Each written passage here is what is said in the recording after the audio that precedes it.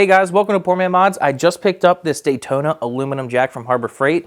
This is their 1.5 ton aluminum jack. I've done a couple Harbor Freight tool reviews before on this channel, so I thought I would do another one on this.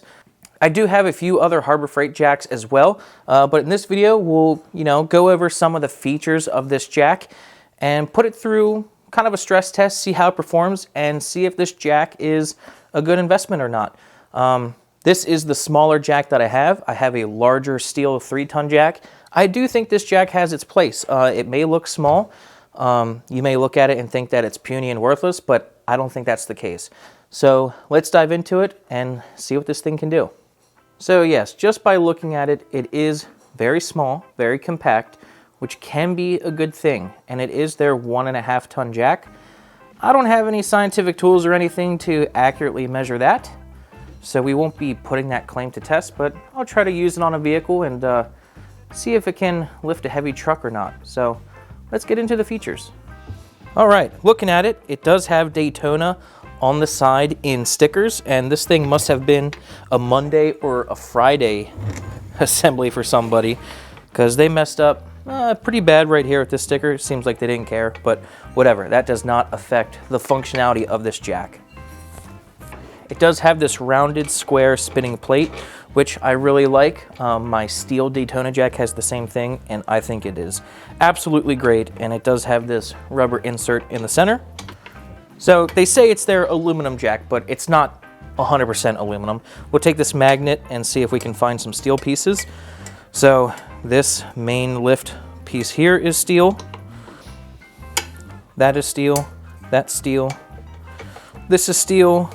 That piece is steel. Of course, all the hardware is going to be steel, but that's aluminum, aluminum, aluminum. This is steel, aluminum, steel. The casters are steel. So, I don't know, 50% aluminum, 50% steel, but this thing is still ridiculously lightweight. It does only have one handle. I wish it kind of had two. The other side does not have it, but I guess it wouldn't be hard for you to fabricate your own, but kind of wish it had two. The higher end models of the Pittsburgh one, I think, do have two handles. This one just has one. Kind of hard to see, but it does come pre-greased right here on this roller and the pumps. This piece threads in and out to release the handle, but it does not come out. You can't remove it. So when you thread it out all the way, it stays in place and allows you to pull the jack handle out. So when you thread this all the way out, it stays in place. You're not going to lose it. And when it's threaded all the way out, you can pull out the handle and then just simply twist it in to resecure it.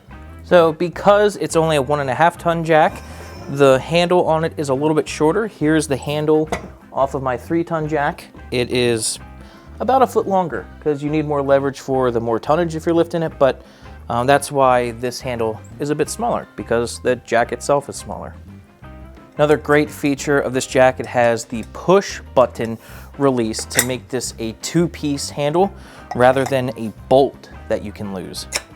So that is really nice.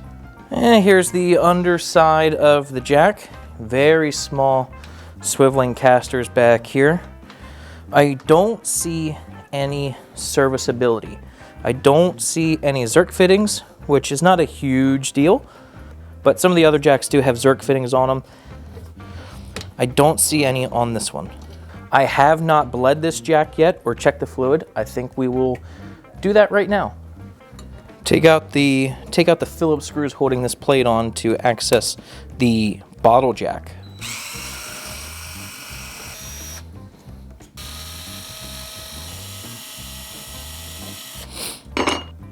The manual that comes with the jack says to bleed it, you're going to loosen this screw.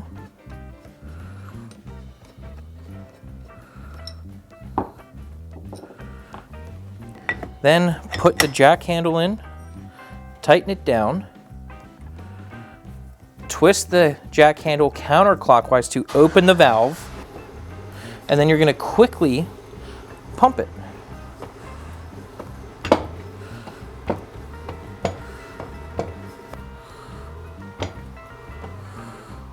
All right, I guess that's good enough. One thing I noticed while doing this, you can loosen this thing counterclockwise for days. It can just keep coming out and coming out. Quite a bit of rotation. I'm not sure why it's got so much rotation, but whatever. Just something I noticed. Now it's locked up and it's bled. I think it does have some good movement on just the first pump. Yeah, that's how it should function. So let's go put this under a vehicle, see how well it works. Here's one thing that makes this just so nice to have. Yep. Can't do this with my 3-ton steel one. The lightweight aspect of this thing is freaking awesome. So this is where the size aspect is really a benefit. Now, this might not be able to lift a freaking Hummer off the ground and put it on a jack stand for you, but in some situations, it's gonna save your butt. This can get further under the car than my Daytona low profile jack. So the Daytona stopped. This one can keep going. And that might really save your butt one day. Here's where the size is really noticeable. Look at that. So it only can lift up about 14 inches, which is better than nothing, but not as much as the Daytona 3-ton. But of course, it's half the tonnage, so of course it's going to be half as tall. Okay, let's see if it can lift the rear of the Chevy Tahoe.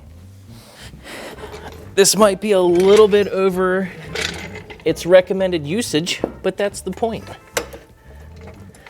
If it's even tall enough. We've officially made contact with the diff. Let's see what this thing can do.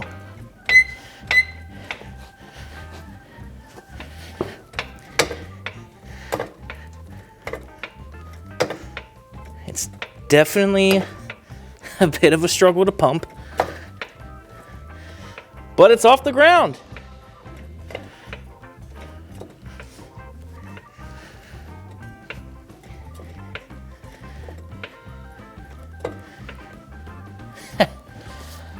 Well, it did it.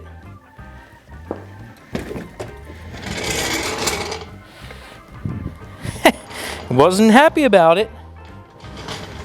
So, the Daytona 1.5-ton aluminum jack.